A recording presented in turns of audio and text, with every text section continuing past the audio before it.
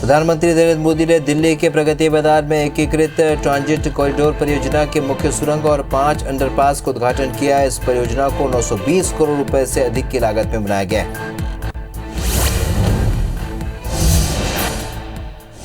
दिल्ली में आज तीनों सेना प्रमुख संयुक्त प्रेस कॉन्फ्रेंस करेंगे। थल, जल और वायु सेना प्रमुख अग्निपथ योजना को लेकर प्रेस कॉन्फ्रेंस करेंगे। ये पीसी दोपहर 2 बजे होगी। इसमें रक्षा मंत्रालय की ओर से अग्निपथ योजना के बारे में आम लोगों को जानकारी दी जाएगी।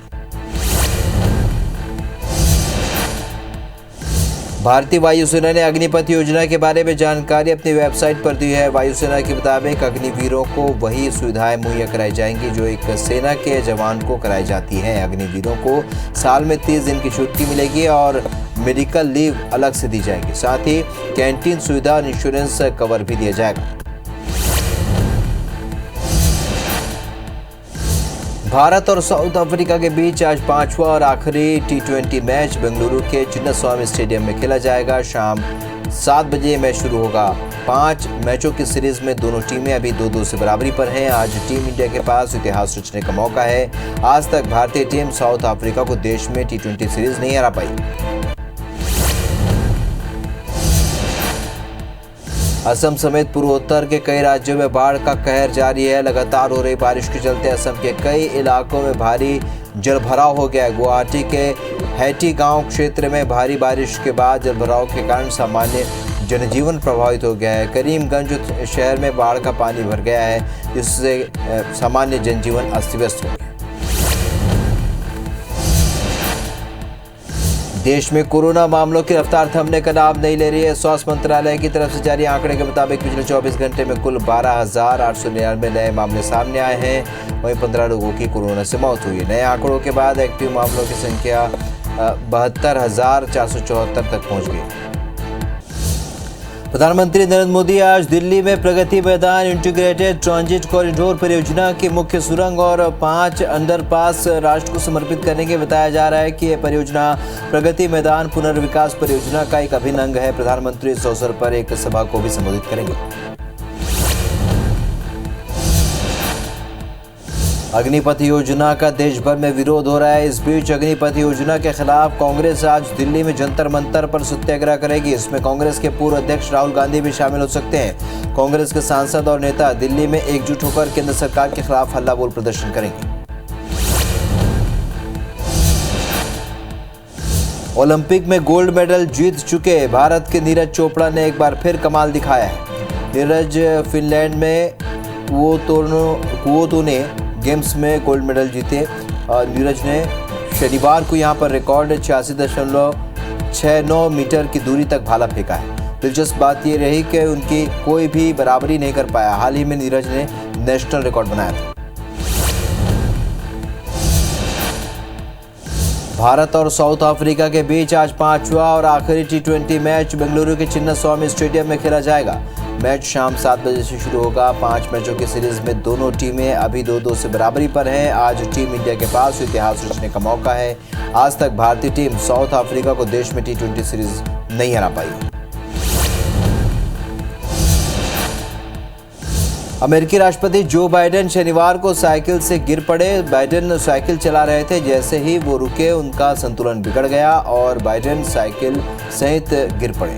उनके साथ चल रहे सिक्योरिटी स्टाफ ने उठाने में उनकी मदद की। दरअसल उनका बाइकिंग शू साइकिल के पेडल में अटक गया था, जिससे बाइडेन का बैलेंस बिगड़ गया। उठने के बाद बाइडेन बोले, मैं अच्छा हूं।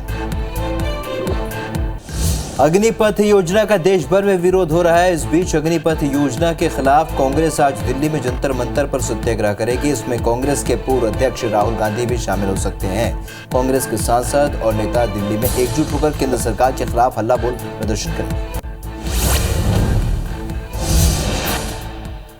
ओलंपिक में गोल्ड मेडल जीत चुके भारत के नीरज चोपड़ा ने एक बार फिर कमाल दिखाया है। नीरज फिनलैंड में कुओतो ने गेम्स में गोल्ड मेडल जीते। नीरज ने शनिवार को यहां रिकॉर्ड 86.69 मीटर की दूरी तक भाला फेंका। दिलचस्प बात यह रही कि उनकी कोई भी बराबरी नहीं कर पाया। हाल ही में नीरज ने नेशनल वर्ल्ड रिकॉर्ड बनाया था। भारत और साउथ अफ्रीका के बीच आज पांचवा आखिरी T20 मैच बेंगलुरु के चिन्नास्वामी स्टेडियम में खेला जाएगा। इस बीच मैच शाम 7 बजे से शुरू होगा। 5 मैचों की सीरीज में दोनों टीमें अभी 2-2 से बराबरी पर हैं। आज टीम इंडिया के पास इतिहास रचने का मौका है। आज तक भारतीय टीम साउथ अफ्रीका को देश में T20 सीरीज नहीं हरा पाई है। अमेरिकी राष्ट्रपति जो बाइडेन शनिवार को साइकिल से गिर पड़े। बाइडेन साइकिल चला रहे थे, जैसे ही वो रुके उनका संतुलन बिगड़ गया और बाइडेन साइकिल सहित गिर पड़े। उनके साथ चल रहे सिक्योरिटी स्टाफ ने उठाने की उनकी मदद की और दरअसल उनका बाइकिंग शू साइकिल के पेडल में अटक गया था, जिसमें बाइडेन का बैलेंस बिगड़ गया। उठने के बाद बाइडेन बोले, मैं अच्छा हूं। देश में कोरोना के मामले लगातार बढ़ रहे हैं और स्वास्थ्य मंत्रालय की तरफ से जारी आंकड़े के मुताबिक पिछले 24 घंटे में कुल 12,899 नए मामले सामने आए हैं। वहीं 15 लोगों की कोरोना से मौत हुई। नए आंकड़ों के बाद एक्टिव मामलों की कुल संख्या 72,474 तक पहुंच गई।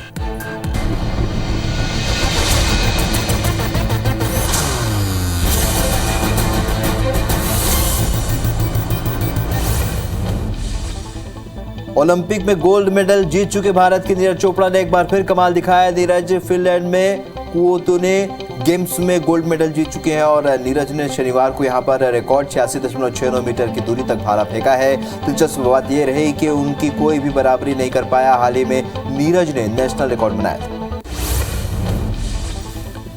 भारत और साउथ अफ्रीका के बीच आज पांचवा और आखिरी T20 मैच बेंगलुरु के चिन्नास्वामी स्टेडियम में खेला जाएगा। मैच शाम 7 बजे से शुरू होगा। 5 मैचों की सीरीज में दोनों टीमें अभी 2-2 से बराबरी पर हैं। आज टीम इंडिया के पास इतिहास रचने का मौका है। आज तक भारतीय टीम साउथ अफ्रीका को देश में T20 सीरीज में नहीं हरा पाई है। प्रधानमंत्री नरेंद्र मोदी आज दिल्ली में Pragati Maidan integrated transit corridor परियोजना की मुख्य सुरंग और 5 राउंड पास अंडरपास राष्ट्र को समर्पित करेंगे। बताया जा रहा है कि यह परियोजना प्रगति मैदान पुनर्विकास परियोजना का एक अभिन्न हिस्सा है। प्रधानमंत्री इस अवसर पर एक सभा को भी संबोधित करेंगे।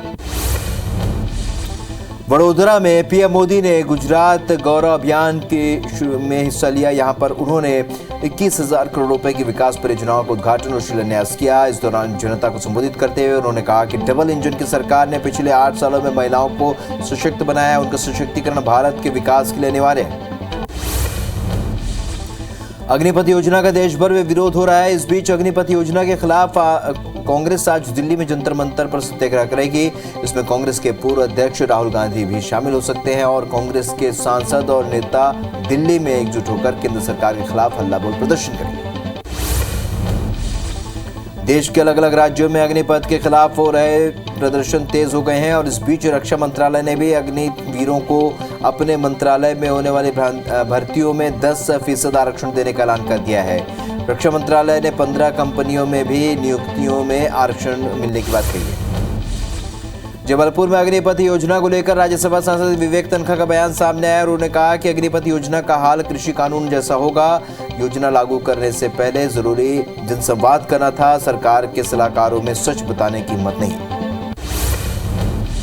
अग्निपथ योजना के विरोध के बाद कैलाश विजयवर्गीय का बयान सामने आया और उन्होंने कहा है कि देश के नेता अग्निपथ योजना को मिसलीड कर रहे हैं। योजना युवाओं को जोड़ने का काम करेगी। फ्रांस, रशिया में इसी तरह की प्रक्रिया अपनाई जाती है।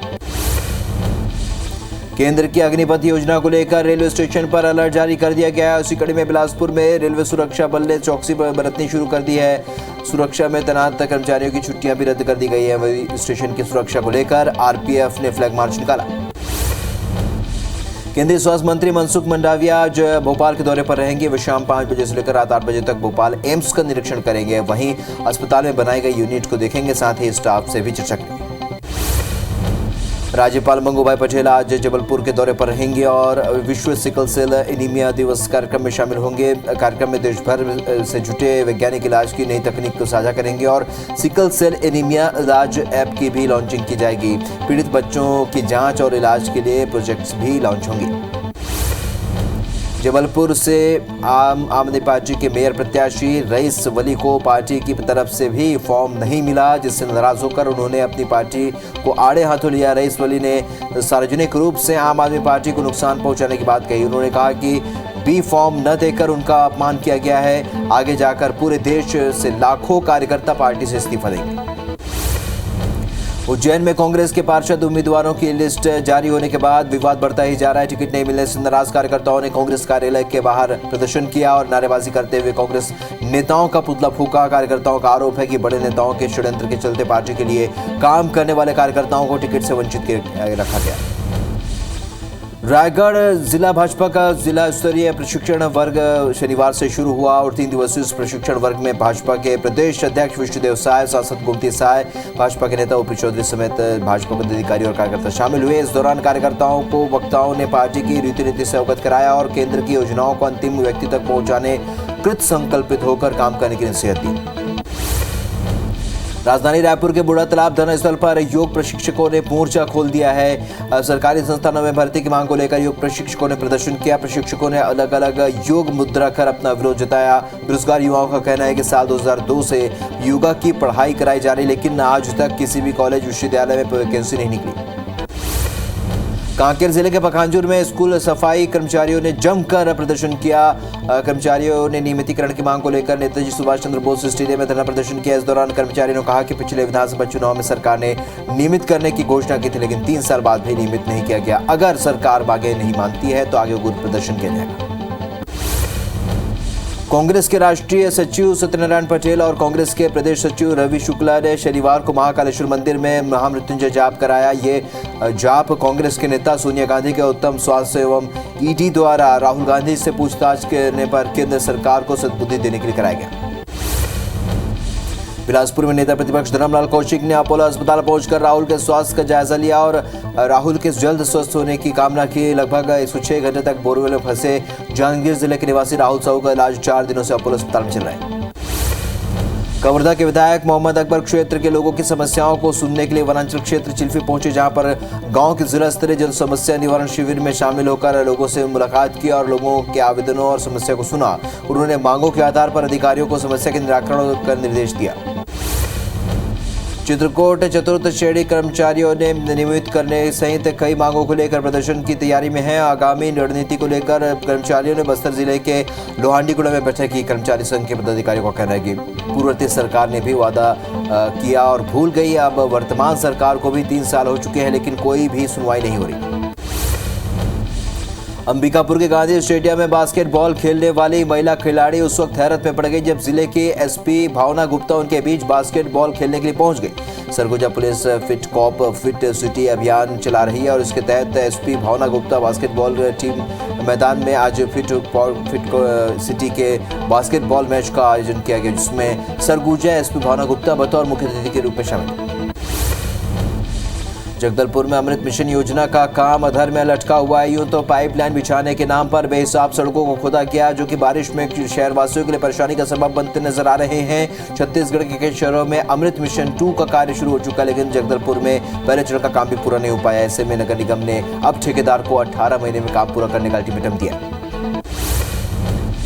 डोंगरगांव क्षेत्र के ग्राम पंचायत सुखरी में हुए राशन घोटाले में प्रशासन ने जांच के बाद 4,79,000 रुपए की रिकवरी के आदेश दिए हैं। ग्राम सुखरी के शासकीय राशन दुकान का संचालन संतोषी महिला समूह द्वारा किया जाता है, जिसके अध्यक्ष धनेश्वरी वैष्णव है। महिला समूह की तारीफ की तरफ से गांव में मृत हो चुके व्यक्ति के नाम पर राशन निकाला जा रहा था। सच सामने आने के बाद अधिकारियों के भी होश उड़ गए।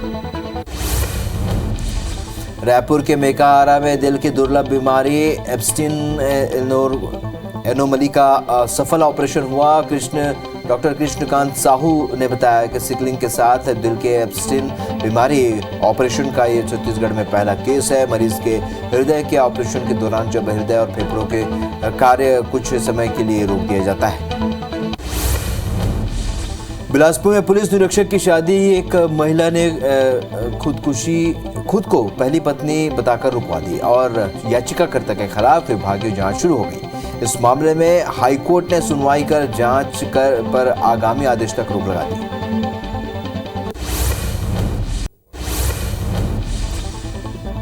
श्योपुर के सिप नदी में 4 युवतियां डूब गई, जिसमें से 2 की मौत हो गई जबकि एक की तलाश जारी है। एक युवती को पहले ही बाहर निकाला जा चुका था और घटना देहात थाना क्षेत्र के मयापुर की।